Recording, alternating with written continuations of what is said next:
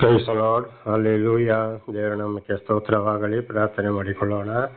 ಸರ್ವ ಸೃಷ್ಟಿಕರ್ತನಾದ ತಂದೆಯ ದೇವರೇ, ಮಗನ ದೇವರೇ, ಪರಿಶುದ್ಧಾತ್ಮನೇ, ನಿಮ್ಮ ನಾಮಕ್ಕೆ ಸ್ತೋತ್ರ ಸ್ವಾಮಿ. ಈ ದಿವಸವು ಈ ಸಮಯ ಕೂಡ ನಿಮ್ಮಿಂದ ನೇಮಕವಾದಂಥ ದಿವಸ, ಸಮಯ, ಅದಕ್ಕಾಗಿ ಸ್ತೋತ್ರ. ವಾರದ ಮೊದಲನೆಯ ದಿವಸ, ಮೃತ್ಯುಂಜಯನಾದಂಥ ದಿವಸ, ಮಹಿಮೆಯ ದಿವಸ, ನಮ್ಮ ಜೀವಿತಕ್ಕೆ ಹಾಗೆ ಮತ್ತೊಂದು ಹೊಸ ಭಾನುವಾರವನ್ನು ಕೊಟ್ಟದಕ್ಕಾಗಿ ನಿಮಗೆ ಸ್ತೋತ್ರ. ಈ ದಿವಸದ ಸಂದೇಶದ ಭಾಗವನ್ನು ಕೂಡ ಹೇರಳವಾಗಿ ಆಶೀರ್ವದಿಸಿದೆ. ನಿಮ್ಮ ಪವಿತ್ರ ಆತ್ಮರ ಮೂಲಕ ನಡೆಸುವುದಕ್ಕಾಗಿ ಸ್ತೋತ್ರ. ನಿಮ್ಮೆಲ್ಲ ಉಪಕರಣಗಳಿಗಾಗಿ ಕೃತಜ್ಞತಾ ವಂದನೆಗಳು. ಯೇಸುವಿನ ನಾಮದಲ್ಲಿ ಪ್ರಾರ್ಥಿಸಿದ್ದೇನೆ, ನಮ್ಮ ತಂದೆಯೇ, ಆಮೇನ್. ಇದನ್ನು ಕೇಳುತ್ತಿರುವ ನನ್ನ ಸಹೋದರ ಸಹೋದರೇ, ನಿಮ್ಮನ್ನು, ನಿಮ್ಮ ಮಕ್ಕಳನ್ನು ಕೂಡ ದೇವರು ಈ ದಿವಸವು ಎಲ್ಲ ರೀತಿಯಲ್ಲಿ ಹೇರಳವಾಗಿ ಆಶೀರ್ವದಿಸಲಿ. ಈ ದಿವಸದ ಸಂದೇಶದ ಭಾಗವು 1 ಅರಸು 17ನೇ ಅಧ್ಯಾಯ 17ರಿಂದ 1 ಅರಸು 17ನೇ ಅಧ್ಯಾಯ 17ರಿಂದ. ದೇವರ ನಾಮಕ್ಕೆ ಸ್ತೋತ್ರವಾಗಲಿ. ಈಗ ನಾವು ವಚನದ ಕಡೆಗೆ ಹೋಗೋಣ. ನಿನ್ನೆವರೆಗೆ ನಾವು ತಿಳಿದುಕೊಂಡಿದ್ದೇವೆ, ಎಲಿಯನ ದೇವರು ಒಂದು ವಿಧವೆ ಮನೆಗೆ ಕಳಿಸಿದ್ರು. ಅಲ್ಲಿ ಒಂದು ಚಿಕ್ಕ ರೊಟ್ಟಿ ಕೊಡು ಅಂತ ಹೇಳುವಾಗ ಅಲ್ಲಿ ಏನೇನು ನಡೀತು ಅಂತ ಹೇಳುವಂತ ನಿನ್ನೆ ತಿಳಿದುಕೊಂಡಿದ್ದೇವೆ. ಚಿಕ್ಕ ರೊಟ್ಟಿ ಕೊಟ್ಟಲು. ಆಗ ಅಲ್ಲಿ 3 ವರ್ಷ ಮಳೆ ಬಾರದಿದ್ರು ಆ ವಿಧವೆಯ ಮನೆಯಲ್ಲಿ ಹಿಟ್ಟು ಮತ್ತು ಎಣ್ಣೆ ಆರಲಿಲ್ಲ. ಆಗ ದೇವರಿಂದ ಆದುಕೊಂಡವರಿಗೆ, ಕಷ್ಟದಲ್ಲಿ ಇರುವಂತಹ ದೇವ ಸೇವಕರಿಗೆ, ದೇವರಿಂದ ಆಯ್ಕೆಯಾದವರಿಗೆ ಸಹಾಯ ಮಾಡಿದಾಗ ಅಲ್ಲಿ ಅವರಿಗೆ ಏನೂ ಕೊರತೆ ಬರುವುದಿಲ್ಲ ಅಂತ ಇದರ ಅರ್ಥವಾಗಿದೆ. ದೇವರ ನಾಮಕ್ಕೆ ಸ್ತೋತ್ರವಾಗಲಿ. ಹಾಗೆ ಇವತ್ತು 17ನೇ ವಚನಕ್ಕೆ ಹೋಗೋಣ. ಕೆಲವು ದಿನಗಳಾದ ನಂತರ ಮನೆಯ ಯಜಮಾನಿಯಾದ ಆ ಸ್ತ್ರೀಯ ಮಗನು ಅಸ್ವಸ್ಥನಾದನು. ಹುಡುಗನಿಗೆ ರೋಗವು ಹೆಚ್ಚಾದುದರಿಂದ ಉಸಿರಾಡಲು ನಿಂತು ಹೋಯಿತು. ನೋಡಿ, ಅಲ್ಲಿ ಆ ವಿಧವೆ, ಎಲಿಯನಿಗೆ ರೊಟ್ಟಿ ಕೊಟ್ಟಂಥ ವಿಧವನಿಗೆ ಇದ್ದಂಥ ಒಬ್ಬ ಮಗ, ಅವನಿಗೆ ಅಲ್ಲಿ ಕಾಯಿಲೆ ಬಂತು. ಆ ಕಾಯಿಲೆ ನೋಡಿದ ಅವನಿಗೆ ಉಸಿರಾಡೋದು ಕೂಡ ನಿಂತು ಹೋಯಿತು ಅಂತ. ಅಂದರೆ ಸತ್ತ ಪರಿಸ್ಥಿತಿ, ಆದರೆ ಸಾಯಲಿಲ್ಲ, ಸತ್ತ ಹಾಗೆ. ಉಸಿರಾಟ ನಿಂತು ಹೋದಾಗ ಆದರೆ ಏನಾಗ್ತದೆ, ಅಲ್ಲಿ ಸತ್ತ ಲೆಕ್ಕಕ್ಕೆ ನಿಂತು ಹೋಯಿತು ಅಂತೇಳಿ. ಆಗ 18ನೇ ವಚನ. ಆಗ ಸ್ತ್ರೀಯು ಎಲಿಯನಿಗೆ, ದೇವರ ಮನುಷ್ಯನೇ, ನನ್ನ ಗೊಡವೆ ನಿನಗೇಕೆ? ನೀನು ನನ್ನ ಪಾಪವನ್ನು ದೇವರ ನೆನಪಿಗೆ ತಂದು ನನ್ನ ಮಗನನ್ನು ಸಾಯಿಸುವುದಕ್ಕೆ ಬಂದಿಯೋ ಎನ್ನಲು. ಆಗ ನೋಡಿ, ಇದರಿಗೆ ಏನಾಗ್ತದೆ ಅಲ್ಲಿ ಮನಸ್ಸು, ಇವನು ಬಂದಿದ್ದಕ್ಕೋಸ್ಕರ ಆಗ ಅನೇಕ ಪಾಪಗಳನ್ನ ಮಾಡಿರ್ಬೋದೇನೋ, ಅಥವಾ ಪ್ರತಿಯೊಬ್ಬರು ಪಾಪಿಯೇ, ಯಾರೋ ಮನುಷ್ಯರಲ್ಲಿ ಪರಿಶುದ್ಧರಿಲ್ಲ ಎಂಬುದಾಗಿ ಕೂಡ ದೇವರ ವಾಕ್ಯವು ನಮಗೆ ತಿಳಿಸಲ್ಪಡ್ತದೆ.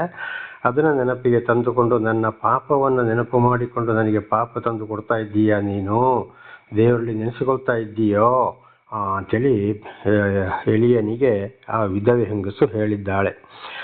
ಎನ್ನಲು ಅವನು ಅಂದರೆ ಎಲಿ ಆಕೆಗೆ, ನಿನ್ನ ಮಗನನ್ನು ನನಗೆ ಕೊಡು ಎಂದು ಹೇಳಿ ಅವನನ್ನು ಆಕೆಯ ಉಡಿಲಿನಿಂದ ತೆಗೆದುಕೊಂಡು ತಾನು ವಾಸವಾಗಿದ್ದ ಮೇಲಿನ ಕೋಣೆಗೆ ಹೋಗಿ ತನ್ನ ಮಂಚದ ಮೇಲೆ ಮಲಗಿಸಿದನು. ಹಾಗೆ ಎಲಿಯ ಏನು ಮಾಡ್ದ, ಮಗನನ್ನು ನನಗೆ ಕೊಡು ಅಂತೇಳಿ ತಗೊಂಡ. ಎಲಿಯ ಮಲಗುವ ಮಂಚದ ಮೇಲೆ ತೆಗೆದುಕೊಂಡು ಉಸಿರು ನಿಂತು ಹೋದಂಥ ವಿಧವೆಯ ಮಗನನ್ನು ಮಲಗಿಸಿದ. 20ನೇ ವಚನ. ಅನಂತರ ಅವನು ಯೆಹೋವನಿಗೆ, ನನ್ನ ದೇವರಾದ ಯೆಹೋವನೇ, ನನಗೆ ಸ್ಥಳ ಕೊಟ್ಟ ಈ ವಿಧವೆಯ ಮಗನನ್ನು ನೀನು ಸಾಯಿಸಿ ಆಕೆಗೂ ಕೇಡನ್ನು ಉಂಟು ಮಾಡಿದ್ದೇನು ಎಂದು ಹೇಳಿ ಹುಡುಗನ ಮೇಲೆ 3 ಸಾರಿ ಬೋರ್ಲು ಬಿದ್ದು, ನನ್ನ ದೇವರಾದ ಯೆಹೋವನೇ, ಈ ಹುಡುಗನ ಪ್ರಾಣವು ತಿರುಗಿ ಬರುವಂತೆ ಮಾಡು ಎಂಬುದಾಗಿ ಆತನಿಗೆ ಮೊರೆಯಿಟ್ಟನು. ನೋಡಿ, ತಗೊಂಡೋಗಿ ಮಂಚದ ಮೇಲೆ ಮರುಗಿಸಿ, ದೇವರೇ, ನನಗೆ ಸ್ಥಳ ಕೊಟ್ಟಂಥ ಸ್ತ್ರೀಯ ಮಗನಿಗೆ ಯಾಕೆ ಹೀಗಾಯಿತು? ಖಂಡಿತವಾಗಿ ಪ್ರಾಣ ವಾಪಸ್ಸು ಬರುವಾಗೆ ಮಾಡು ಅಂತೇಳಿ ಮಗನ ಮೇಲೆ, ಹುಡುಗನ ಮೇಲೆ 3 ಸರಿ ಬೋರ್ಳ ಬಿದ್ದು ಅಲ್ಲಿ ಏನು ಮಾಡ್ದ, ಎಲಿಯ ಪ್ರಾರ್ಥಿಸಿದ. 22ನೇ ವಚನ. ಯೆಹೋವನವನ ಪ್ರಾರ್ಥನೆಯನ್ನು ಕೇಳಿದುದರಿಂದ ಹುಡುಗನ ಪ್ರಾಣವು ತಿರುಗಿ ಬಂದು ಅವನು ಉಜ್ಜೀವಿಸಿದನು. ಎಲಿಯನು ಆ ಹುಡುಗನನ್ನು ಅಲ್ಲಿಂದ ಕೆಳಗೆ ತೆಗೆದುಕೊಂಡು ಹೋಗಿ ಅವನ ತಾಯಿಗೆ ಒಪ್ಪಿಸಿ, ಇಗೋ ನೋಡು, ನಿನ್ನ ಮಗನು ಜೀವಿಸುತ್ತಿದ್ದಾನೆ ಅಂದನು. ದೇವರ ನಾಮಕ್ಕೆ ಸ್ತೋತ್ರ.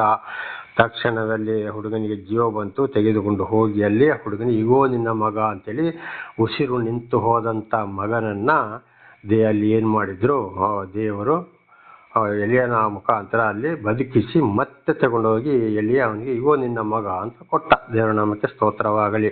ಹಾಗೆ ಯಾಕೆ ಈ ರೀತಿ ಬಂದಿರ್ಬೋದು ಅಂದರೆ, ಮತ್ತು ಒಂದು ಶೋಧನೆ ಬಂತಲ್ಲಿ. ಅಂದರೆ ಸಂಪೂರ್ಣವಾಗಿ ಆ ಒಂದು ವಿಧವೆಗೆ ದೇವರನ್ನ ತಿಳಿದುಕೊಳ್ಳಲು ಸಂಪೂರ್ಣವಾಗಿ ಭರವಸೆ ಇಡು, ನಾನೇ ದೇವರಪ್ಪ, ಇನ್ನು ಆ ಕಡೆ ಈ ಕಡೆ ತಿರುಗಬೇಡ ಅಂತ ಇದರ ಅರ್ಥವಾಗಿರಬಹುದು.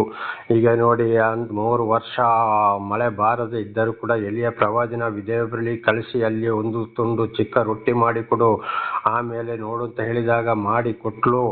ಆಮೇಲೆ ಅಲ್ಲಿ ಏನಾಯ್ತು, 3 ವರ್ಷ ಮಳೆ ಬಾರದಿದ್ದರೂ ಕೂಡ ಅಲ್ಲಿ ಅವಳಲ್ಲಿ ಹಿಟ್ಟು ಎಣ್ಣೆ ಆರಲಿಲ್ಲ. ದೇವರ ನಾಮಕ್ಕೆ ಸ್ತೋತ್ರವಾಗಲಿ. ಅದೊಂದು ಅದ್ಭುತ ಕಾರ್ಯ ನಡೆಯಿತು.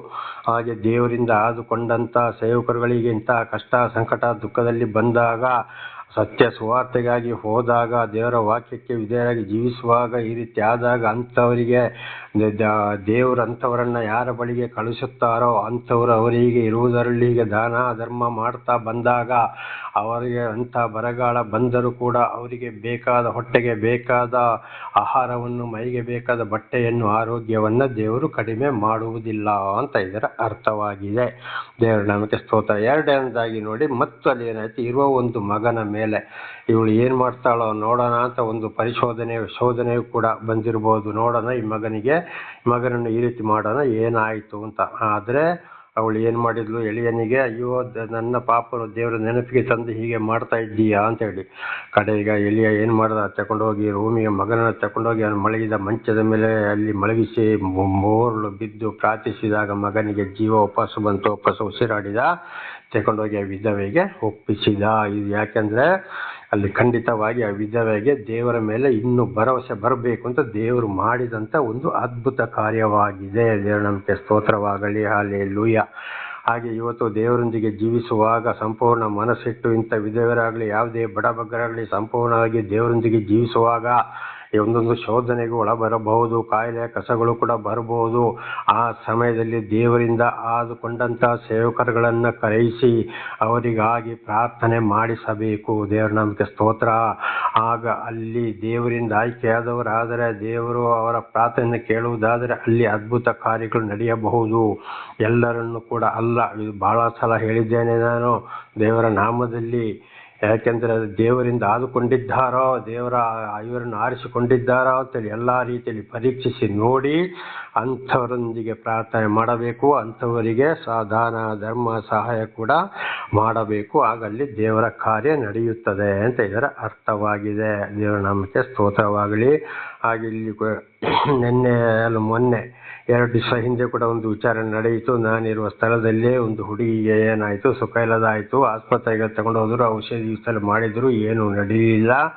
ಕಡೆಗೆ ಆ ಹುಡುಗಿ ಪ್ರಾರ್ಥನೆಗೆ ಬರ್ತಾ ಇದ್ಲು. ಆಮೇಲೆ ಯಾವುದೋ ಒಂದು ಕಾರಣದಿಂದ ಪ್ರಾರ್ಥನೆಯಿಂದ ತಾಯಿ ಮಕ್ಕಳೆಲ್ಲ ದೂರ ಆದರು. ತಾಯಿಗೂ ಅದೇ ರೀತಿ ಅನಾರೋಗ್ಯ ಬಂತು. ಬಹಳ ದಿವಸ ನದಿಗೆ ಮಾತು ಬಿಟ್ಟಿದ್ಲು. ಕಡೆಗೆ ನಾನೇ ಕ್ಷಮಿಸಿ ಪ್ರಾರ್ಥನೆ ಮಾಡಿ ಮಾತನಾಡಿದೆ. ಆಮೇಲೆ ದೇವರು ಔಷಧಿಯ ಮೂಲಕವೂ ನಮ್ಮ ಪ್ರಾರ್ಥನೆ ಮೂಲಕವೂ ಬಂದು ವಾಪಸ್ಸು ಪ್ರಾರ್ಥಿಸುವಾಗ ಆಯಿತು, ಅವಳ ತಾಯಿಗೆ ಗುಣ ಆಯಿತು. ಅದುವೇ ಅವಳ ಮಗಳಿಗೂ ಕೂಡ, ಕೊನೆಯ ಮಗಳು ಅಂದರೆ 4ನೇ ಮಗಳಿಗೂ ಅದೇ ರೀತಿ ಆಯಿತು. ಮಾತೇ ಇರಲಿಲ್ಲ, ನನ್ನ ಕಂಠ ಕೂಡ ಆಗ್ತಿತ್ತಿಲ್ಲ. ಕಾರಣ ಸತ್ಯ ಸುವಾರ್ತೆಯನ್ನು ಇದ್ದ ಹಾಗೆ ಅವರಿಗೆ ತಿಳಿಸೋದಕ್ಕೆ ಅವರಿಗೆ ನನ್ನ ಮೇಲೆ ಬಹಳ ಕೋಪ ಬಂತು. ಅದೇ ಸ್ಥಳದಲ್ಲಿ ಇವತ್ತು ಕೂಡ ನಾನು ಇರುವಂಥದ್ದು. ಆಮೇಲೆ ಆ ಹುಡುಗಿ ಹತ್ರ ಕೂಡ ಮಾತನಾಡಿ ಬಹಳ ಅಸ್ವಸ್ಥರಾದಳು. 5 ದಿವಸ ಏನಾಗಿದೆ, ಮೋಷನ್ ಕೂಡ ಹೋಗಲಿಲ್ಲ. ಆಸ್ಪತ್ರೆಗೆ ಹೋಗಿದ್ದಾರೆ, ಎಲ್ಲಿ ನಡೆಯಲಿಲ್ಲ. ಕಡೆಗೆ ಇಲ್ಲಿಗೆ ಬಂದು ಒಂದು ದಿವಸ ಸಾಯಂಕಾಲ ನಾನೇ ಕರ್ಕೊಂಡು ಬಂದು ಬರಕ್ಕೆ ಹೇಳಿದೆ. ಬಂದ್ಲು. ಪ್ರಾರ್ಥನೆ ಮಾಡಿದಾಗ ಒಂದ್ಸಲ ಅವರ ಮನೆಯಲ್ಲೇ ಕೂತ್ಕೊಂಡು ಆ ಹುಡುಗಿ ಹತ್ರ ಮಾತಾಡ್ತಾ ಇರೋದಾಗ ನಾಳೆ ಸಾಯಂಕಾಲ 5 ಗಂಟೆ ಒಳಗಡೆ ಎಲ್ಲವೂ ಸರಿ ಹೋಗ್ತದೆ ಅಂತ ಒಂದು ಯೋಚನೆ ಬಂತು ನನಗೆ. ಆ ಮಾತನ್ನು ಅಲ್ಲೇ ತಿಳಿಸಿದೆ. ಇಲ್ಲಿ ಪ್ರಾರ್ಥನೆ ಮಾಡಿದಾಗಲೂ ಒಂದು ಯೋಚನೆಯನ್ನು ಕೊಟ್ಟು, ದೇವರು ನಾಳೆ ಸಾಯಂಕಾಲದ ಒಳಗಡೆ ಎಲ್ಲ ಸರಿ ಆಗ್ತದೆ ಅಂತೇಳಿ ಪ್ರಾರ್ಥನೆ ಮಾಡಿದ ಮಾರನೇ ದಿವಸ 5 ಗಂಟೆ ಆಗಲಿಲ್ಲ, ಅದಕ್ಕಿಂತ ಮೊದಲೇ ಮೋಷನ್ ಆಯಿತು. ಆಗಾಗ ಹುಡುಗಿ ಆರೋಗ್ಯವಂತಳಾದಳು. ದೇವರ ನಾಮಕ್ಕೆ ಸ್ತೋತ್ರವಾಗಲಿ. ಇದು 2 ದಿವಸದ ಹಿಂದೆ ನಡೆದ ಒಂದು ದೇವರ ಅದ್ಭುತ ಕಾರ್ಯ. ಹಾಗೆ ನೋಡಿ, ದೇವರು ಎಂಥ ಕಾರ್ಯವನ್ನು ಮಾಡ್ತಾ ಇದ್ದಾರೆ ಅಂತ ಹೇಳಿ ದೇವರ ನಾಮಕ್ಕೆ ಸ್ತೋತ್ರ. ಅದಕ್ಕೆ ಸಂಪೂರ್ಣವಾಗಿ ದೇವರನ್ನು ಅರಿತುಕೊಂಡು ದೇವರ ಮೇಲೆ ವಿಶ್ವಾಸ ಇಟ್ಟು ಹೋದಾಗ ಅಂಥವರೊಂದಿಗೆ ಪ್ರಾರ್ಥನೆ ಮಾಡಬೇಕು. ಇದು ನನ್ನ ಜೀವಿತದಲ್ಲಿ ದೇವರು ಇಂಥ ಕಾರ್ಯಗಳನ್ನು ಬಹಳ ಮಾಡಿದ್ದಾರೆ. ಎಚ್ಚರಿಸಿದರೆ ಮಾತು ಕೇಳದವರಿಗೆ ಸರಿಯಾದ ಪೆಟ್ಟು ಬಿದ್ದಿದೆ, ಬೀಳ್ತಲೇ ಇದೆ. ಅದು ನಾನಲ್ಲ, ದೇವರು ನನ್ನಲ್ಲಿ ಮಾಡುವಂಥ ಕಾರ್ಯ. ದೇವರ ನಾಮಕ್ಕೆ ಸ್ತೋತ್ರ. ಹಾಗೆ ಅಂಥವ್ರನ್ನ ಕರೆಸಿ ಪ್ರಾರ್ಥನೆ ಮಾಡಬೇಕು. ದೇವರ ವಿರುದ್ಧ ಗುಣ ಕೂಡ ಹುಟ್ಟಬಾರದು. ಶೋಧನೆಯು ಬರಬಹುದು. ಅಕಸ್ಮಾತ್ ದೇವರ ಮೇಲೆ ಬರುವಂತಹ ಕಷ್ಟಗಳು ಈಗ ಈ ವಿಧವೆಗೆ ಬಂದಾಗೆ ಏನಾಗ್ತದೆ ಅಂದ್ರೆ ಸಂಪೂರ್ಣ ನಾವು ಭರವಸೆ ಇಡ್ಲಿಕ್ಕೋಸ್ಕರ ದೇವರು ನಮ್ಮಲ್ಲಿ ಆ ಅದ್ಭುತ ಕಾರ್ಯಗಳನ್ನ ತೋರಿಸಿ ನನ್ನಲ್ಲಿ ನಂಬಿಕೆ ಇಡಪ್ಪ ನಾನೇ ದೇವರು ಅಂತ ಹೇಳಿ ತೋರಿಸಿಕೊಡುವಂಥದ್ದು. ದೇವರ ನಮಗೆ ಸ್ತೋತ್ರ. ಈಗ ಅನೇಕ ರೋಗಿಗಳು ಏನ್ ಮಾಡಿದ್ದಾರೆ, ಆಸ್ಪತ್ರೆಯಲ್ಲಿ ಡಾಕ್ಟ್ರು ಇವತ್ತು ಸಾಯ್ತಾನೆ, ಇವತ್ತು ಸಾಯ್ತಾಳೆ, ನಾಳೆ ಸಾಯ್ತಾಳೆ, ಇಷ್ಟು ಗಂಟೆ ಸಮಯ ನೀವು ತಗೊಂಡೋಗಿ ಅಂತ ಹೇಳಿದವರು, ಅಂಥ ಮಕ್ಕಳು ದೊಡ್ಡವರು ಕೂಡ ಬದುಕಿದ್ದು ಎಷ್ಟೋ ಉದಾಹರಣೆ ಇದೆ. ಅಂಥ ಮಕ್ಕಳು ಕೂಡ ಇವತ್ತು ಮದುವೆಯಾಗಿ 2 ಮಕ್ಕಳಾಗಿ ಸ್ಕೂಲಿಗೆ ಕೂಡ ಹೋಗ್ತಾ ಇದ್ದಾರೆ, ಚೆನ್ನಾಗಿ ಜೀವನ ಮಾಡ್ತಾ ಇದ್ದಾರೆ. ಡಾಕ್ಟ್ರು ಕೂಡ ಇಲ್ಲ ಇಷ್ಟು ಗಂಟೆಗೆ ಹೋಗ್ತಾರೆ, ನೀವು ತಗೊಂಡು ಹೋಗಿ ಯಾಕೆ ಇಡುತ್ತೀರಿ ಅಂತ ಆಗೋದಿಲ್ಲ ಅಂತ ಹೇಳಿದವ್ರನ್ನ ದೇವರು ಬದುಕಿಸಿದ್ದಾರೆ. ಈಗ ಹೇಳಿದಾಗೆ ನೋಡಿ, 2 ದಿವಸದ ಹಿಂದೆ ಕೂಡ ಏನು ನಡೀತು, ಡಾಕ್ಟ್ರಿಗೆ ಅಸಾಧ್ಯವಾದಂಥ ಕಾರ್ಯವನ್ನು ದೇವರು ಮಾಡಿದ್ರು. ಆಗಲಿ ಔಷಧಿಯೂ ಬೇಕು, ಇಲ್ಲಿ ಪ್ರಾರ್ಥನೆಯೂ ಜೊತೆಗೆ ಬೇಕು ಅಂತ ಇದರ ಅರ್ಥ. ದೇವರ ಸ್ತೋತ್ರವಾಗಲಿ. ಇಸ್ರಾಯೇಲರು ತಪ್ಪು ಮಾಡಿದಾಗ ಅವ್ರಿಗೆ ಕಾಯಿಲೆ ಬಂದಾಗ ಅಲ್ಲಿ ಯೆರೆಮೀಯನ ಮುಖಾಂತರ ಯೆರೆಮೀಯ ಏನು ಹೇಳಿದ, ನಿನಗೆ ಗಿಲ್ಯಾದಿನಲ್ಲಿ ಔಷಧಿ ಇಲ್ಲವೋ, ವೈದ್ಯರು ಸಿಕ್ಕಲಿಲ್ಲವೋ ಅಂತ. ನಾವು ದೇವರು ಅರಿತುಕೊಂಡು ದೇವರು ನಮ್ಮ ಜೀವಿತದಲ್ಲಿ ಅದ್ಭುತ ಕಾರ್ಯಗಳನ್ನು ಮಾಡ್ತಾ ಇರುವಾಗ, ನಡೆಸ್ತಾ ಇರುವಾಗ, ದೇವರ ವಾಕ್ಯಗಳಿಗೆ ವಿರೋಧವಾಗಿ ನಡೆದಾಗ ಎಷ್ಟೇ ಔಷಧಿ ಮಾಡಿದ್ರು, ಯಾವ ಡಾಕ್ಟರ್ಗಳಿಗೆ ಹತ್ರ ಹೋದ್ರು ಒಂದು ನಡೆಯೋದಿಲ್ಲ, ಔಷಧಿ ಫಲ ಹತ್ತೋದಿಲ್ಲ. ಯಾವಾಗ ದೇವರ ಮಾತಿಗೆ ಮತ್ತೆ ತಪ್ಪುಗಳನ್ನ ಒಪ್ಪಿಕೊಂಡು ಪಶ್ಚಾತ್ತಾಪ ಪಟ್ಟು ಅಥವಾ ಮೊದಲಿನಿಂದಲೇ ನನಗೊಂದು ಕಾಯಿಲೆ ಕಸಗಳು ಬಂದಾಗ ದೇವರಿಗೆ ನಾವು ಶರಣಾಗಿ ಪ್ರಾರ್ಥನೆ ಮಾಡಿ ಆಸ್ಪತ್ರೆಗೆ ಹೋಗಿ ವೈದ್ಯರ ಔಷಧಿ ತೆಗೆದುಕೊಂಡಾಗ ಅಲ್ಲಿ ಗುಣವಾಗ್ತದೆ. ಒಂದೊಂದು ಸಲ ಮತ್ತೆ ಪ್ರಾರ್ಥನೆ ಮಾಡಿದ್ರು ಔಷಧಿ ತಗೊಂಡ್ರು ಕೂಡ ಗುಣ ಆಗೋದಿಲ್ಲ, ಸತ್ತೇ ಸಾಯ್ತಾರೆ. ಕಾರಣ ಅವರ ಮನಸ್ತಾಪ, ಅವರ ಮನಸ್ಸು, ಹೃದಯ ಮತ್ತು ಮನಸ್ಸು ಶುದ್ಧಿ ಇರುವುದಿಲ್ಲ. ನನ್ನ ಕಾಯಿಲೆ ಒಂದ್ಸಲ ಗುಣ ಆದರೆ ಸಾಕು ಅಂತೇಳಿ ಯೋಚನೆ ಮಾಡ್ತಾರೆ. ಅದು ಅಲ್ಲಿಯ ಕಾರ್ಯ ನಡೆಯುವುದೇ ಇಲ್ಲ. ಅವರ ಹಿರಿಯರ ಪಾಪಗಳಿಗಾಗಿ, ಅವರವರ ಪಾಪಗಳಿಗಾಗಿ ಅವರು ಪಶ್ಚಾತ್ತಾಪ ಪಡುವುದಿಲ್ಲ. ಸುಮ್ಮನೆ ಕಾರ್ಯ ಒಂದ್ಸಲ ಗುಣ ಆದರೆ ಸಾಕು ಅಂತ ಯೋಚನೆ ಮಾಡ್ತಾ ಇರ್ತಾರೆ. ಆಗಲ್ಲಿ ದೇವರು ಕಾರ್ಯ ಮಾಡುವುದೇ ಇಲ್ಲ. ಪೂರ್ಣ ಪ್ರೀತಿ, ಆತ್ಮ, ಪ್ರಾಣ, ಶರೀರದಿಂದ, ಪೂರ್ಣ ಹೃದಯದಿಂದ ಖಂಡಿತವಾಗಿ ದೇವರಿಗೆ ನಾವು ನಮ್ಮ ಶರೀರವನ್ನೇ ಒಪ್ಪಿಸಿಕೊಟ್ಟು ಪೂರ್ಣ ಪ್ರೀತಿ, ಹೃದಯ, ವಿಶ್ವಾಸದಿಂದ ನಾವು ಪ್ರಾರ್ಥಿಸಿದಾಗ ಮಾತ್ರ ಅಲ್ಲಿ ದೇವರು ಕಾರ್ಯವನ್ನ ಮಾಡ್ತಾರೆ. ಅದಕ್ಕೆ ಮೊದಲು ದೇವರು ಆರಿಸಿಕೊಂಡವರನ್ನ ಇಂಥ ಕಷ್ಟ, ಸಂಕಟ, ದುಃಖದಲ್ಲಿದ್ದ ಬಡ ಬಗ್ಗರಲ್ಲಿಗೂ ವಿಧವರಲ್ಲಿಗೂ ಕಳಿಸಿ ವಾಕ್ಯವನ್ನ ತಿಳಿಸುವವರಾಗಿದ್ದಾರೆ. ಆ ಸಮಯದಲ್ಲಿ ಅದುವೇ ನೋಡಿ ಎಲಿಯನ್ನ ಅಲ್ಲಿ ಕಳಿಸಿ, ಎಲಿಯನಿಗೂ ಒಂದು ಆಹಾರ ಬೇಕಾಗಿತ್ತು, ಅದಕ್ಕೂ ದೇವರ ಕಾರ್ಯವನ್ನ ಮಾಡಿದ್ರು. ಆ ವಿಧವೆ ಕೂಡ ದೇವರನ್ನು ಸಂಪೂರ್ಣವಾಗಿ ಅರ್ಥ ಮಾಡಿಕೊಳ್ಬೇಕಿತ್ತು. ಆ ಕಾರ್ಯ ಅಲ್ಲಿ ನಡೆಯಿತು. ಅದು ಇವತ್ತು ಕೂಡ ನಡೆಯುತ್ತಲೇ ಇದೆ. ದೇವರ ನಾಮಕ್ಕೆ ಸ್ತೋತ್ರವಾಗಲಿ. ಹಲ್ಲೆಲೂಯಾ. ಹಾಗೆ 24ನೇ ವಚನ, ಆಗ ಆಕೆಯು ಅವನಿಗೆ, ನೀನು ದೇವರ ಮನುಷ್ಯನೆಂದು ನಿನ್ನ ಬಾಯಿಯಿಂದ ಬಂದ ಯೆಹೋವನ ಮಾತು ಸತ್ಯವೆಂದು ಈಗ ನನಗೆ ಗೊತ್ತಾಯ್ತು ಎಂದು ಹೇಳಿದಳು. ನೋಡಿ, ಅಲ್ಲಿವರೆಗೆ ಸಂಪೂರ್ಣವಾಗಿ ದೇವರನ್ನ ನಡೆಸ್ತಾ ಬಂದ್ರು ಕೂಡ ಅಂತ 3 ವರ್ಷ ಮಳೆ ಬಾರದಿದ್ರು, ಸ್ವಲ್ಪ ಹಿಟ್ಟು ಎಣ್ಣೆ ಆದ್ರೂ ದೇವರಲ್ಲಿ ಕೊಡ್ತಾ ಇದ್ರು ಅವಳಿಗೆ.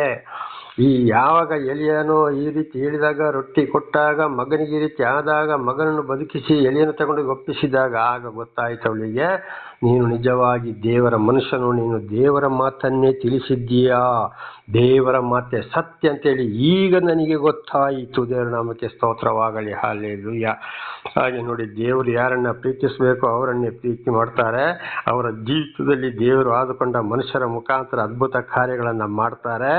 ಆಮೇಲೆ ಏನ್ ಮಾಡಬೇಕು, ಈ ವಿಧವೇ ಸಂಪೂರ್ಣ ಮನಸ್ಸಿಟ್ಟ ಹಾಗೆ ದೇವರಿಗೆ ಸ್ತೋತ್ರವನ್ನ ಸಲ್ಲಿಸಬೇಕು, ದೇವರೊಂದಿಗೆ ಜೀವಿಸಬೇಕು, ಸತ್ಯ ಸುವಾರ್ತಿಕರನ್ನ ನಂಬಬೇಕು.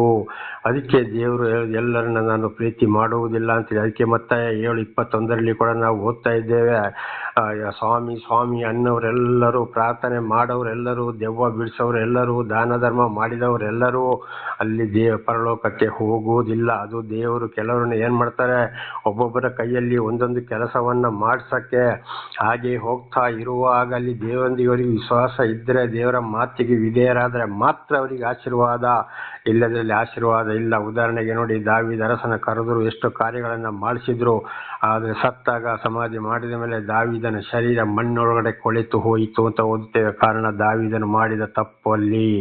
ಆದರೆ ದಾವೀದ ಅರಸನ ಮುಖಾಂತರ ಕಾರ್ಯ ಆಗ್ಬೇಕಾಗಿತ್ತು, ನಡೆಸಿದ್ರು. ಆದರೆ ಸಂಪೂರ್ಣವಾಗಿ ದಾವೀದ ಏನ್ ಮಾಡ್ದ, ಸಂಪೂರ್ಣವಾಗಿ ದೇವರ ಮಾತಿಗೆ ವಿಧೇಯರಾಗಲಿಲ್ಲ. ಆದುದರಿಂದ ಅವನ ಶವ ಅಲ್ಲಿ ಕೊಳೆತು ಹೋಯಿತು. ಆಗ ಸತ್ತವರ ಶವ ಕೊಳೆತು ಹೋಗೋದಿಲ್ಲವಂತ ನಿಜವಾಗಿ ಪರಿಶುದ್ಧರಾಗಿ ಸತ್ತವರನ್ನು ಸಮಾಧಿ ಮಾಡಿದಾಗ ಅಂಥವರ ಶವ ಅಲ್ಲಿ ಕೊಳೆಯುವುದಿಲ್ಲ ಅಂತೇಳಿ ಕೀರ್ತನೆಯಲ್ಲಿ ಮತ್ತು ಅಪೊಸ್ತಲರ ಕೃತ್ಯದಲ್ಲಿ ಸ್ಪಷ್ಟವಾಗಿ ಬರೆಯಲ್ಪಟ್ಟಿದೆ. ದೇವರ ನಾಮಕ್ಕೆ ಸ್ತೋತ್ರವಾಗಲಿ. ಹೀಗೆ ಎಲಿಯನ ಮುಖಾಂತರ ವಿಧವೆಯರಲ್ಲಿ ದೇವರು ಕೂಡ ಅದ್ಭುತ ಕಾರ್ಯಗಳನ್ನು ಮಾಡಿದ್ರು. ಇವತ್ತು ಕೂಡ ಅದೇ ಅದ್ಭುತ ಕಾರ್ಯಗಳು ನಡೆಯುತ್ತಲೇ ಇವೆ. ದೇವರ ನಾಮಕ್ಕೆ ಸ್ತೋತ್ರವಾಗಲಿ. ದೇವರು ಒಂದಲ್ಲ ಒಂದು ರೀತಿಯಲ್ಲಿ ನಮಗೆ ದರ್ಶನ ಕೊಟ್ಟ ಮೇಲೆ ಮತ್ತೆ ನಾವು ಹಿಂದಿನ ಜೀವಿತಕ್ಕೂ ಕೂಡ ಹೋಗಬಾರದು. ನಿಜವಾಗಿ ಸರ್ವ ಸೃಷ್ಟಿಕರ್ತನಾದ ದೇವರು ಎಲ್ಲ ಗ್ರಂಥಗಳಲ್ಲಿ ಒಂದೊಂದು ಹೆಸರುಗಳು ಅದು ಬಹಳ ಸಲ ತಿಳ್ಕೊಂಡಿದ್ದೇವೆ. ಅದರಲ್ಲಿ ಸೃಷ್ಟಿಕರ್ತನದ ದೇವರನ್ನೇ ನಾವು ಆರಾಧಿಸುತ್ತಾ ಹೋಗಬೇಕು. ದೇವರಿಗೆ ಸ್ತೋತ್ರವನ್ನು ಸಲ್ಲಿಸಬೇಕು. ಯಾರ ಮುಖಾಂತರ ದೇವರ ಅದ್ಭುತ ಕಾರ್ಯಗಳನ್ನ ಮಾಡಿಸಿದ್ರು ಅವರಿಗಾಗಿ ದೇವರಲ್ಲಿ ಪ್ರಾರ್ಥಿಸಬೇಕು. ಅವರಿಗೂ ಒಂದು ಕೃತಜ್ಞತೆಯನ್ನ ಸಲ್ಲಿಸಬೇಕು. ಅಂಥವರಿಗೆ ದಾನ ಧರ್ಮ ಮಾಡಿ ಆದಷ್ಟು ಜೀವಿಸ್ತಾ ಇರಬೇಕು. ಅದುವೇ ದೇವರ ಆಶೀರ್ವಾದ. ದೇವರ ನಾಮಕ್ಕೆ ಸ್ತೋತ್ರ. ಈಗ 18ನೇ ಅಧ್ಯಾಯ 1ರಿಂದ 39ರವರೆಗೆ ಓದುವಾಗ ಸತ್ಯದೇವರು ಬಾಳನೋ ಅಥವಾ ಯೆಹೋವನೋ ಅಂತ ಅಲ್ಲಿ ಒಂದು ವಿಷಯ ಬರ್ತದೆ. ಅಂದರೆ ನಿಜವಾದ ದೇವರು ಯಾರು, ಸೃಷ್ಟಿಕರ್ತನದ ದೇವರು ಅಥವಾ ಈ ವಿಗ್ರಹಗಳು ಅಂದರೆ ಬಾಳ ದೇವರು ಅಂತ ಅವನದೊಂದು ಸೈತಾನಾಗಿದೆ, ಮನುಷ್ಯರು ಮಾಡಿದಂಥ ದೇವರಾಗಿದೆ, ಅದು ದುಷ್ಟಶಕ್ತಿ ಆಗಿದೆ. ಇದನ್ನು ಏನಾಯ್ತು ಅಲ್ಲಿ, ಇದು ದೇವರು ಯಾರು ಅಂತೇಳಿ ಅದರಿಂದ ಪರೀಕ್ಷೆ ನಡೀತಿದೆ. ಯಾರಿಗೆ? ಎಲಿಯನಿಗೆ ಮತ್ತು ಈ ಬಾಳ ದೇವತೆಯ ಪ್ರವಾದಿಗಳಿಗೆ. ದೇವರ ನಾಮಕ್ಕೆ ಸ್ತೋತ್ರವಾಗಲಿ. ಅದನ್ನು ಓದಿಕೊಳ್ಳೋಣ. ಆಗ ಅಲ್ಲಿ ದೇವರು ಅದು ಒಂದು ಅದ್ಭುತ ಕಾರ್ಯಗಳನ್ನು ಕೂಡ ಮಾಡ್ತಾರೆ. ಆಗ ಶಕ್ತಿ ಯಾವುದಕ್ಕೆ ಜಾಸ್ತಿ, ನಿಜವಾದ ದೇವರು ಯಾರು ಅಂತ ಇಲ್ಲಿ ಕೂಡ ದೇವರು ಒಂದು ಅದ್ಭುತ ಕಾರ್ಯಗಳನ್ನ ಮಾಡಿ ತೋರಿಸ್ತಾ ಇದ್ದಾರೆ. ದೇವರ ನಾಮಕ್ಕೆ ಸ್ತೋತ್ರ. 18:1 ಅನೇಕ ದಿವಸಗಳಾದ ನಂತರ ಎಲಿಯನಿಗೆ ಯೆಹೋವನ ವಾಕ್ಯ ಉಂಟಾಯಿತು. ಬರಗಾಲದ 3ನೇ ವರ್ಷದಲ್ಲಿ ಆತನು ಅವನಿಗೆ, ನೀನು ಹೋಗಿ ಆಹಾಬನನ್ನು ಕಾಣು, ನಾನು ದೇಶಕ್ಕೆ ಮಳೆಯನ್ನು ಕೊಡುತ್ತೇನೆ ಅಂದನು. ದೇವರ ನಾಮಕ್ಕೆ ಸ್ತೋತ್ರ. ಮತ್ತೆ ಎಲಿಯನಿಗೆ ವಾಣಿ ಮೂಲಕ ದೇವರು ಮಾತಾಡಿದ್ರು, ನೀನು ಹೋಗಿ ಆಹಾಬನನ್ನು ಕಾಣು, ನಾನು ದೇಶಕ್ಕೆ ಮಳೆ ಕೊಡುತ್ತೇನೆ ಅಂತ. ಯಾಕೆಂದ್ರೆ ಆಹಾಬನು ಇಲ್ಲಿ ಕಡೆಗೆ ವಿಗ್ರಹಾರಾಧನೆಗೆ ಹೋದ, ಬಾಲ್ ದೇವತೆಯನ್ನು ಪೂಜಿಸಿದ, ಅವನ ಅರಸನಾಗಿ ಮಾಡಿದ್ರು ದೇವರು. ಆದರೂ ಅವನ ಕಾರ್ಯ ಮಾಡ್ತಾರೆ. ಹಾಗೆ ಅಲ್ಲಿಂದ ಎಲೀಷನ ಮೂಲಕ ಹೇಳ್ತಾರೆ, ಹೋಗಿ ಆಹಾಬನನ್ನು ನೀನು ಕಾಣು ಅಂತೇಳಿ. ಯಾಕೆಂದ್ರೆ ಅರಸನಿಗೆ ಮತ್ತೆ ದೇವರನ್ನು ತಿಳಿಯಪಡಿಸಬೇಕಾಗಿದೆ. ಈಗ ಇಲ್ಲಿ ವಿಧವೆಗೆ ಹೇಗಾಯ್ತು, ದೇವರು ಎಲಿಯನ ಮೂಲಕ ರೊಟ್ಟಿಯ ಮೂಲಕ ಹೇಗೆ ಮಗನನ್ನು ಬದುಕಿಸುವ ಮೂಲಕ ದೇವರು ಹೇಗೆ ದರ್ಶನ ಕೊಟ್ಟರು, ಹೇಗೆ ತೋರ್ಪಡಿಸಿದ್ರು, ಹಾಗೆ ಇಲ್ಲಿ ಆಹಾಬನಿಗೆ ಮತ್ತೊಂದು ಅವಕಾಶವನ್ನು ಕೊಡ್ತಾ ಇದ್ದಾರೆ ದೇವರು. ಆಹಾಬನನ್ನು ಅರಸನನ್ನಾಗಿ ನೇಮಿಸಿಕೊಂಡು ಮತ್ತೆ ವಿಗ್ರಹಾರಾಧನೆಗೆ ಹೋದ. ಆದರೆ ಮತ್ತೊಂದು ಅವಕಾಶವನ್ನು ದೇವರು ಕೊಡ್ತಾ ಇದ್ದಾರೆ. ಎಲಿಯ ಪ್ರವಾದಿನ ಅವನ ಹತ್ರ ಕಳಿಸ್ತಾರೆ. ಅದಕ್ಕೆ ದೇವರು ಆದುಕೊಂಡ ಕೆಲವರು ತಪ್ಪಿ ಹೋದಾಗಲೂ ಕೂಡ ದೇವರು ಏನ್ ಮಾಡ್ತಾರೆ ಅಂದ್ರೆ, ದೇವರು ಆದುಕೊಂಡಂತ ಮನುಷ್ಯರನ್ನ ಮತ್ತೆ ಮತ್ತೆ ಮತ್ತೆ ಮತ್ತೆ ಅವರ ಬಳಿಗೆ ಕಳಿಸ್ತಾರೆ. ಹೋಗಿ ಅವರಿಗೆ ಹೇಳು ಹೇಳು ಹೇಳು ಹೇಳು ಅಲ್ಲಿ ಅದ್ಭುತ ಕಾರ್ಯಗಳನ್ನು ಕೂಡ ಮಾಡ್ತಾರೆ. ಅಂದ್ರೆ ತಪ್ಪುಗಳನ್ನ ಒಪ್ಪಿಕೊಂಡು ನನ್ನ ಬಳಿಗೆ ಬರಲಿ, ಅವರ ಆತ್ಮ ಶಿಕ್ಷೆಗೆ ಒಳಪಡುವುದು ಬೇಡ, ನರಕಕ್ಕೆ ಹೋಗೋದು ಬೇಡ, ಪಾತಾಳಕ್ಕೆ ಹೋಗೋದು ಬೇಡ ಅಂತ ಇದರ ಅರ್ಥವಾಗಿದೆ. 2ನೇ ವಚನ. ಎಲಿಯನು ಆಹಾಬನನ್ನು ನೋಡುವುದಕ್ಕೆ ಹೊರಟನು. ಆಗ ಸಮಾರ್ಯದಲ್ಲಿ ಬರವು ಬಹು ಘೋರವಾದ್ದರಿಂದ ಆಹಾಬನು ತನ್ನ ಉಗ್ರಾಣಿಕನಾದ ಓಬದ್ಯ ಎಂಬವನನ್ನು ಕರೆ ಕಳಿಸಿದನು. ದೇವರ ನಾಮಕ್ಕೆ ಸ್ತೋತ್ರವಾಗಲಿ. ಹಲ್ಲೆಲೂಯಾ. ಎಲಿಯನು ಆಹಾಬನ ಮನೆಗೆ ದೇವರು ಹೇಳಿದ ಪ್ರಕಾರ ಹೋದ. ಅಲ್ಲಿ ಬಹು ಘೋರ ಅಂದರೆ 3 ವರ್ಷ ಮಳೆಯೇ ಇಲ್ಲ. ಅವರಲ್ಲಿ ಏನು ಅಲ್ಲಿ ಊಟ ಉಪಹಾರಕ್ಕೆ ಅಲ್ಲಿ ಏನೂ ಇಲ್ಲ. ಅದಕ್ಕೆ ಏನು ಮಾಡ್ದವರ ಉಗ್ರಾಣ ಅಂದರೆ ಆಹಾರದ ಕೊಠಡಿಯನ್ನು ನೋಡಿಕೊಳ್ಳೋವನ ಓಬದ್ಯ ಎಂಬವನನ್ನು ಕರೆ ಕಳುಹಿಸಿದನು. ದೇವರ ನಾಮಕ್ಕೆ ಸ್ತೋತ್ರವಾಗಲಿ. ಅವನು ಇಲ್ಲಿಗೆ ಬರಲಿ ಅಪ್ಪ ಅಂತೇಳಿ ಕರೆ ಕಳಿಸಿದ. ಈ ಎಲಿಯ ಆಹಾಬನ ಹತ್ರ ಹೋದಾಗ. 4ನೇ ವಚನ.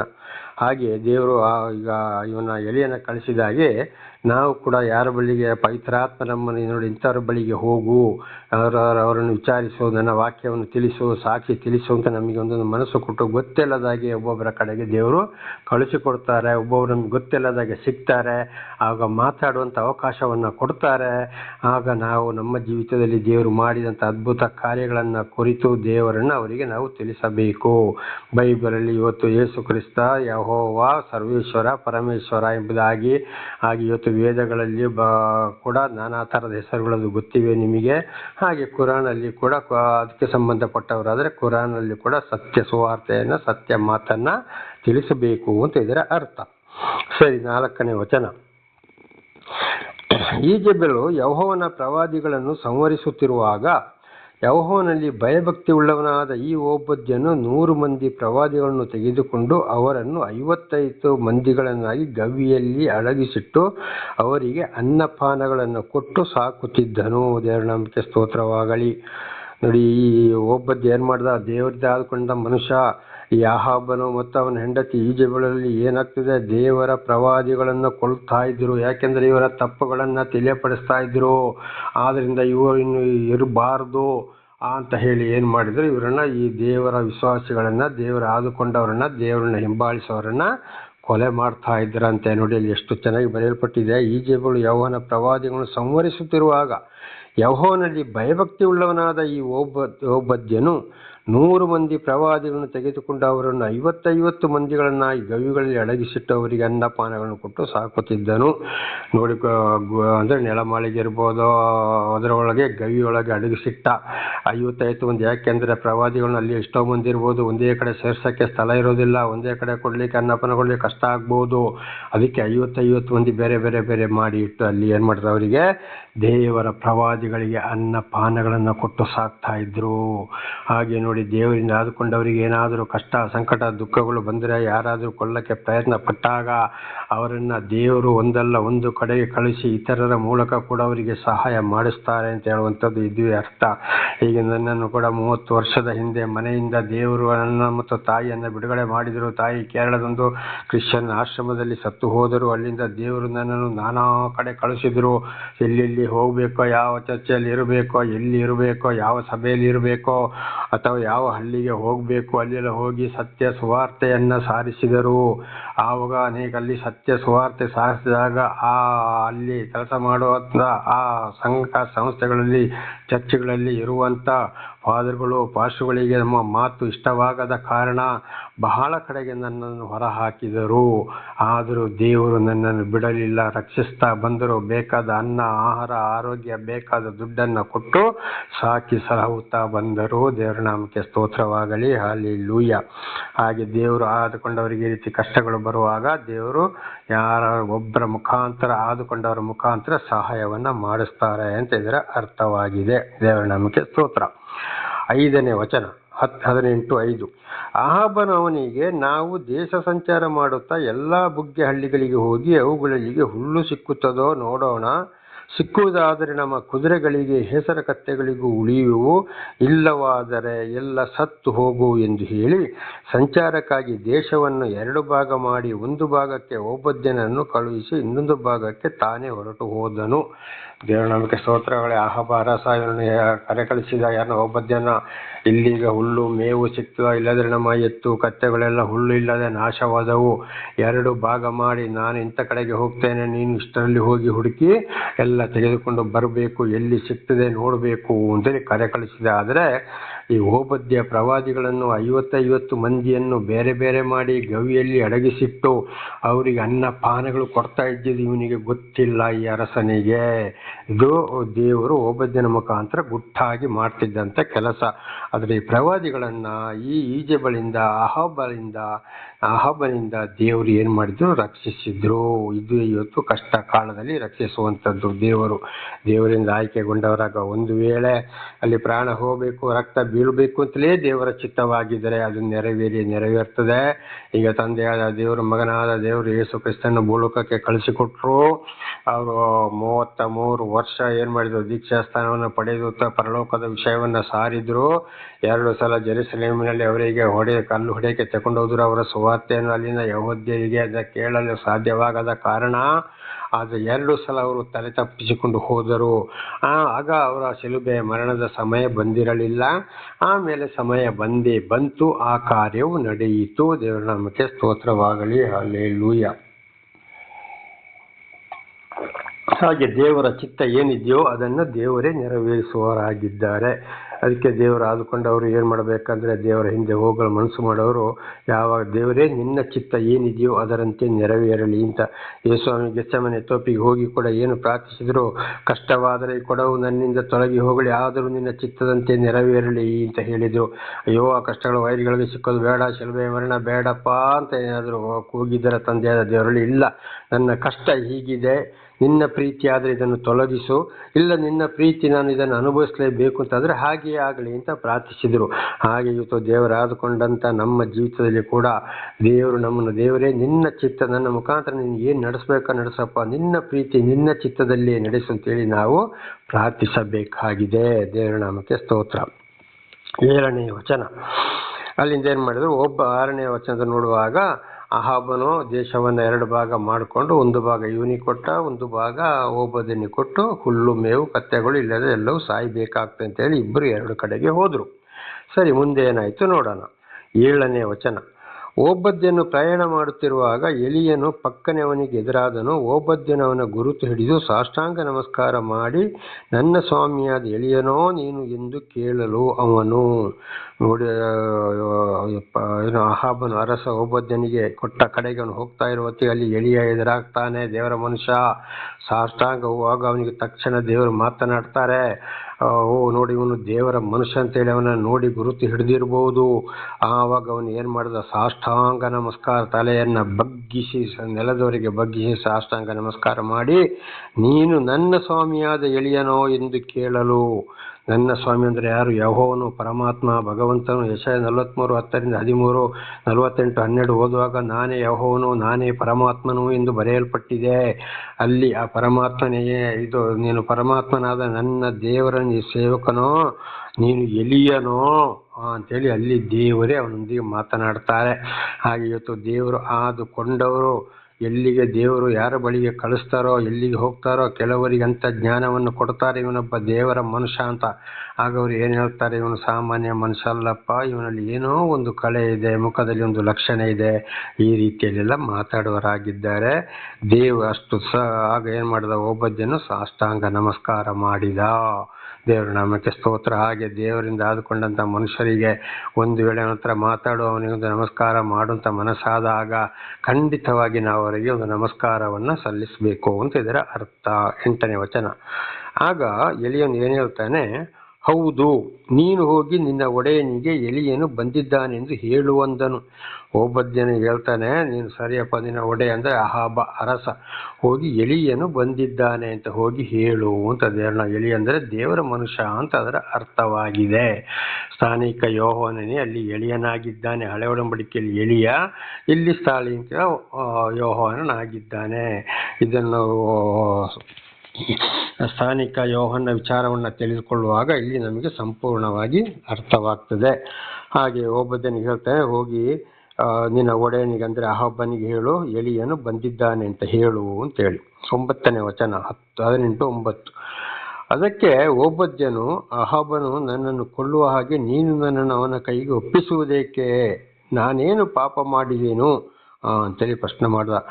ಅವನ ಮಾತು ಕೇಳದೆ ಉಪವಾಸ ಹೋದರೆ, ನೀನು ನನಗೆ ಸಿಕ್ಕಿದ್ಯಾ, ಮಾತಾಡಿದ್ಯಾ ಅಂತ ಹೇಳಿದರೆ ಖಂಡಿತವಾಗಿ ಅವನು ನನ್ನ ಕೊಲ್ತಾನೆ.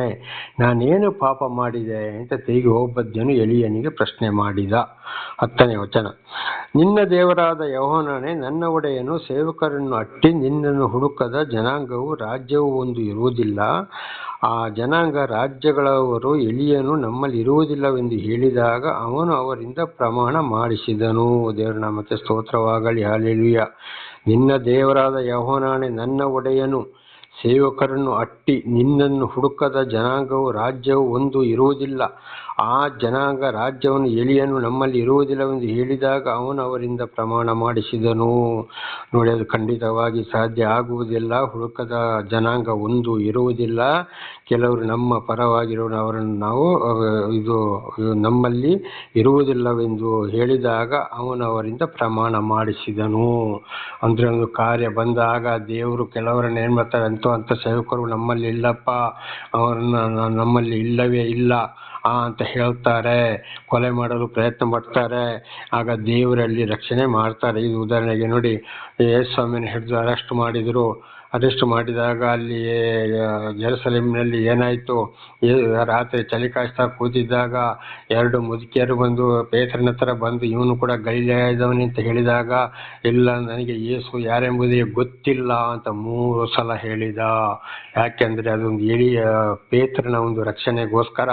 ಇಲ್ಲದ್ರೆ ಅವನು ಸತ್ಯ ಹೇಳಿದರೆ ಯೇಸು ಸ್ವಾಮಿಯ ಜೊತೆಯಲ್ಲಿ ಪೇತ್ರನನ್ನು ಕೂಡ ಗಲ್ಲಿಗೆ ಏರಿಸಿಬಿಡ್ತಿದ್ರು. ದೇವರ ನಾಮಕ್ಕೆ ಸ್ತೋತ್ರ. ಆದ್ದರಿಂದ ಪೇತ್ರನ ಬಾಯಲ್ಲಿ ಸುಳ್ಳು ಹೇಳಿಸಿ ಅವರನ್ನು ರಕ್ಷಣೆ ಮಾಡಿದ್ರು. ಯಾಕೆಂದರೆ ಪೇತ್ರನ ಹೆಸರಿನಲ್ಲಿ ಪ್ರಥಮ ಸಭೆ ಪ್ರಾರಂಭವಾಗಬೇಕಾಗಿತ್ತು ಅಂತ್ಯಯುಗದಲ್ಲಿ.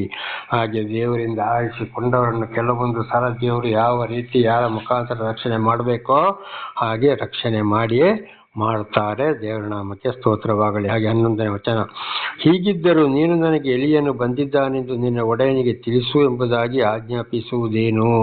ಹೀಗಿದ್ದರೂ ನೀನು ನನಗೆ ಎಲಿಯನು ಬಂದಿದ್ದಾನೆಂದು ನಿನ್ನ ಒಡೆಯನಿಗೆ ತಿಳಿಸು ಎಂಬುದಾಗಿ ಆಜ್ಞಾಪಿಸುವುದೇನು?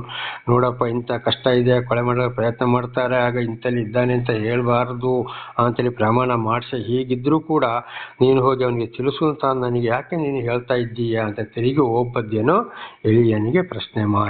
ದೇವರ ನಾಮಕ್ಕೆ ಸ್ತೋತ್ರವಾಗಲಿ. ಇದು ನಾಳೆಗೂ ಮುಂದುವರಿಯುವುದು. ಪ್ರಾರ್ಥನೆ ಮಾಡಿಕೊಳ್ಳೋಣ. ಸರ್ವ ಸೃಷ್ಟಿಕರ್ತನ ತಂದೆಯ ದೇವರೇ, ಮಗನ ದೇವರೇ, ಪರಿಶುದ್ಧಾತ್ಮನೇ, ನಿಮ್ಮ ನಾಮಕ್ಕೆ ಸ್ತೋತ್ರ ಸ್ವಾಮಿ. ಇವತ್ತಿನ ಈ ಒಂದು ಸಂದೇಶವನ್ನು ನನ್ನ ಸಹೋದರ ಸಹೋದರಿಗೆ ನೀವು ನನ್ನ ಮೂಲಕ ತಿಳಿಯಪಡಿಸಿದ್ದಕ್ಕಾಗಿ ಸ್ತೋತ್ರ. ನಾನು ಕೂಡ ಹೆಚ್ಚೆಚ್ಚಾಗಿ ತಿಳಿದುಕೊಳ್ಳುವಂತೆ ನೀವು ಮಾಡ್ತಾ ಇರುವುದಕ್ಕಾಗಿ ಸ್ತೋತ್ರ. ನಿಮ್ಮ ಎಲ್ಲ ಪ್ರೀತಿಗಾಗಿ, ಕರುಣೆಗಾಗಿ ಸ್ತೋತ್ರ. ನಿಮ್ಮ ಪ್ರೀತಿ ಸಹಾಯ ಇಲ್ಲದೆ ಏನು ಮಾಡಲು ಸಾಧ್ಯವಿಲ್ಲ. ಇದನ್ನು ಕೇಳುತ್ತಿರುವವರೆಲ್ಲರೂ ಚೆನ್ನಾಗಿ ಕೇಳಿ ಅರ್ಥ ಮಾಡಿಕೊಂಡು ನಿಮ್ಮ ವಾಕ್ಯಕ್ಕೆ ವಿಧೇಯರಾಗಿ ಜೀವಿಸಿ ಆಶೀರ್ವಾದವನ್ನು ಹೊಂದಿ ಅವರ ಮಕ್ಕಳನ್ನು ಅವರ ದೇಹ ಮಾರ್ಗದಲ್ಲಿ ನಡೆಸಿ ಇತರರಿಗೆ ಸಾಕ್ಷಿಗಳಾಗುವಂತೆ ಮಾರ್ಪಡಿಸಿರಿ. ಹಾಗೆ ಮಾಡುವುದಕ್ಕಾಗಿಯೂ ನಿಮಗೆ ಸ್ತೋತ್ರ. ಯೇಸುವಿನ ನಾಮದಲ್ಲಿ ಪ್ರಾರ್ಥಿಸಿದ್ದೇನೆ ನಮ್ಮ ತಂದೆ, ಆಮೇನ್. ಇದನ್ನು ಕೇಳುತ್ತಿರುವ ನನ್ನ ಸಹೋದರ ಸಹೋದರಿ, ನಿಮಗೂ ನನ್ನ ಹೃದಯಪೂರ್ವಕವಾದ ಧನ್ಯವಾದಗಳು. ದೇವರು ನಿಮ್ಮನ್ನು ನಿಮ್ಮ ಮಕ್ಕಳನ್ನು ಕೂಡ ಎಲ್ಲ ರೀತಿಯಲ್ಲೂ ಹೇರಳವಾಗಿ ಆಶೀರ್ವದಿಸಲಿ.